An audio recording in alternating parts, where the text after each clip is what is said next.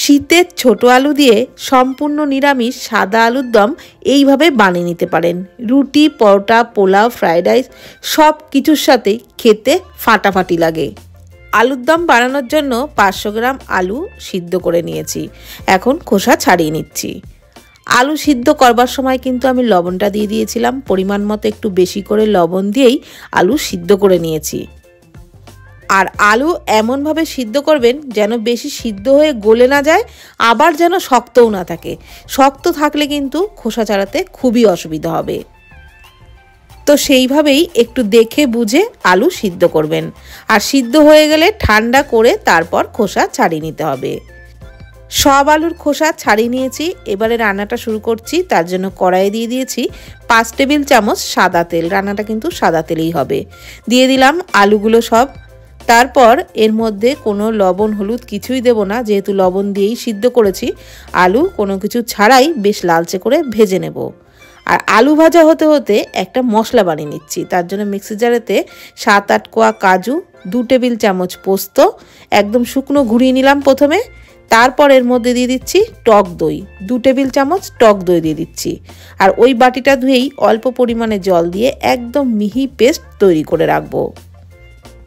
মশলার পেস্টটা রেডি করা হয়ে গেছে। এদিকে আলুও কিন্তু বেশ লালচে করে ভেজে নেওয়া হয়ে গেছে। এর থেকে বেশি লালচে করে ভাজবো না। এখন তেল ঝরিয়ে আলুগুলোকে তুলে নেব। দেখুন, অনেক সময় সিদ্ধ করা আলু ভাজতে গেলে কড়াইতে লেগে যায়, কিন্তু এখানে কিন্তু একটা আলুও কড়াইতে লাগেনি, মানে সিদ্ধটা একেবারেই পারফেক্ট হয়েছিল। এখন আলুগুলো তুলে নেওয়ার পর ওই তেলের মধ্যেই 2 পিঞ্চ মতো হিং দিয়ে দিলাম আর দিয়ে দিলাম গোটা গরম মশলা। ফোড়ন থেকে একটা মিষ্টি গন্ধ বেরোতে শুরু করলে দিয়ে দিলাম আদা কাঁচা লঙ্কার পেস্ট।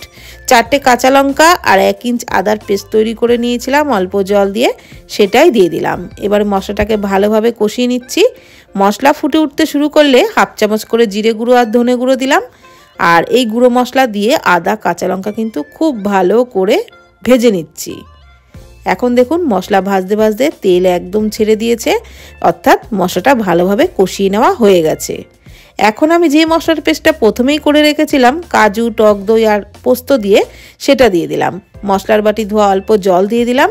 এইবার মশলাটাকে কিন্তু গ্যাসের ফ্লেম একদম লোতে রেখে প্রথম দিকে কষাতে হবে, কেননা যেহেতু এর মধ্যে টক দই আছে কেটে যেতে পারে হাই ফ্লেমে কষালে। আর যখন মশলাটা ভালোভাবে ফুটে উঠতে শুরু করবে তখন গ্যাসের ফ্লেমটা মিডিয়ামে করে দিয়ে তেল ছাড়া পর্যন্ত ভালোভাবে কষিয়ে নেবেন। দেখুন এখন মশলা থেকে কিন্তু একদম তেল ছেড়ে দিয়েছে, দেখে বুঝতেই পারছেন। এবার ভেজে রাখা আলুগুলো দিয়ে দিলাম। আর আলুগুলো দিয়েও 2-3 মিনিট মতন মশলার সাথে একটু ভালোভাবে কষিয়ে নেব, তাহলে আলুর মধ্যেও মশলাটা ভালোভাবে ঢুকে যাবে, খেতেও দারুণ লাগবে। আর এই মশলা কষানোর সময়তে কিন্তু আমি পরিমাণ মতো লবণটাও দিয়ে দিয়েছিলাম, কোনো কারণে স্কিপ হয়ে গেছে, দেখাতে পারলাম না। খুব ভালো করে মশলার সাথে আলু কিন্তু ভেজে নিয়েছি। দেখুন একেবারে মশলাটা শুকিয়ে গেছে আর মশলা থেকে তেলও ছেড়ে দিয়েছে। খুব ভালোভাবেই কিন্তু কষিয়ে নেওয়া হয়ে গেছে। এখন আমি এর মধ্যে দিয়ে দিলাম 1 কাপ দুধ আর ওই পাত্রটা ধুয়েই 1/2 কাপ মতো জল দিয়ে দিলাম। তারপর ভালোভাবে আলুর দমটাকে ফুটিয়ে নেব। আলু যেহেতু সিদ্ধ করাই আছে, তো সেই কারণে বেশি ফোটানোর কিন্তু দরকার নেই। ভালোভাবে নাড়াচাড়া করে মিশিয়ে নিলাম। আর লবণটা একটু কম ছিল বলে সামান্য আরও একটু লবণ দিলাম। দিয়ে দিলাম 1/2 চামচ চিনি আর লবণ দিয়েও ভালোভাবে একটু মিশিয়ে নিচ্ছি। তারপর আলুর দমটাকে ফুটিয়ে নেব ঢাকনা চাপা দিয়ে, তাহলে আলুর মধ্যে ঝোলটাও ভালোভাবে ঢুকে যাবে আর খেতেও ভালো লাগবে। তো আলুর দমটা ফুটতে থাক, ততক্ষণে আরেকটি ফ্রাইং প্যানের মধ্যে 2 টেবিল চামচ বাটার দিয়ে দিলাম, 1/2 চামচ চিলি ফ্লেক্স, 1 ইঞ্চ আদা কুচি, 3টে কাঁচা লঙ্কা আর 1/2 চামচ গোলমরিচ গুঁড়ো। এগুলোকে বাটারের মধ্যে একটু নাড়াচাড়া করে ভেজে নেওয়ার পর দিয়ে দিচ্ছি টমেটো, ক্যাপসিকাম কুচি, বড় বড় টুকরো করেই কেটে নিয়েছিলাম। আর টমেটো ক্যাপসিকাম দিয়ে হাই ফ্লেমেই কিন্তু নাড়াচাড়া করে একটু ভেজে নিচ্ছি। খুব বেশি নরম করে ভাজবার একেবারে দরকার নেই, একটু নাড়াচাড়া করে ভেজে নিলেই হবে। একটু হালকা লালচে কালার চলে আসবে টমেটো ক্যাপসিকামের মধ্যে, তখনই কিন্তু গ্যাসের ফ্লেম বন্ধ করে দিতে হবে। এদিকে আলুর দমটাও ভালোভাবে ফুটে উঠেছে আর আলুগুলোও কিন্তু একেবারেই সিদ্ধ হয়ে গেছে। তো এই সময় যে ফোড়নটা দিয়ে নিয়েছিলাম টমেটো ক্যাপসিকাম সমস্ত মশলা দিয়ে, সেটা দিয়ে দিলাম। সেটা দিয়ে আলুর দমটাকে আরও 1 মিনিট মতো ফুটিয়ে নেব, তাহলেই কিন্তু আমাদের এই নিরামিষ সাদা আলুর দম একেবারেই রেডি হয়ে যাবে। এখন সবশেষে দিয়ে দিলাম হাফ চামচ মতো গরম মশলার গুঁড়ো আর একটু কাসুরি মেথি হাত দিয়ে এভাবে ঘষে দিলাম, তাহলে ফ্লেভারটা ভালো বেরোবে।